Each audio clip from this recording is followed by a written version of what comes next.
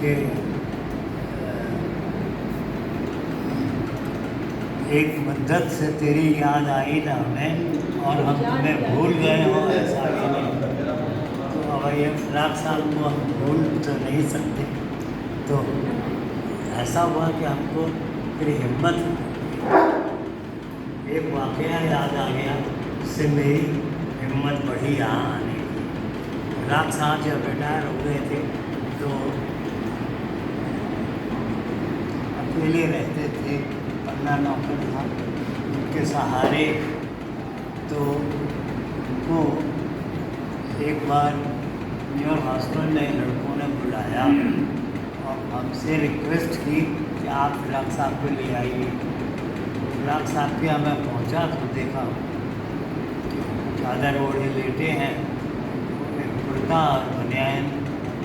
تو پوچھتے آرتھرائٹس تھی یا کیا تھا، کپڑے نہیں بدل سکتے تھے. تو میں کینچی سے ان کے کپڑے کاٹنا پڑا اور ایک نیا کسی طرح سے شال اور اڑا کے ہم لے گئے. تو اتنی غضب کی ہمت تھی، ول پاور تھی.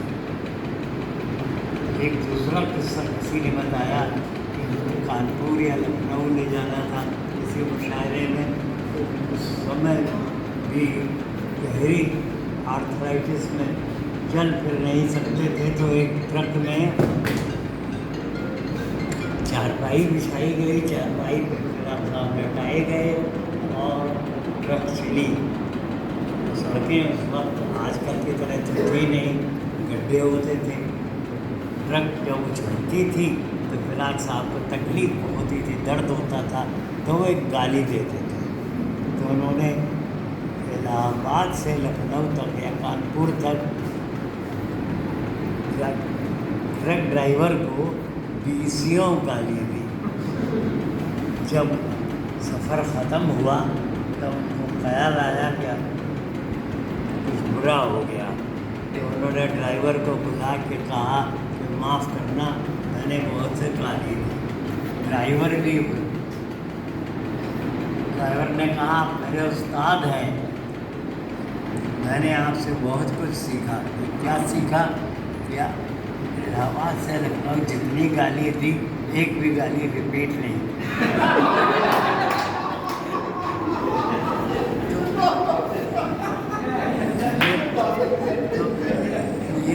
یہ فراق صاحب کی نجی زندگی تھی. تو اب یہ ہے کہ انہوں نے خود ہی کہا تھا کہ گلیوں گلیوں پوچھو پوچھو میں جس کے افسانے.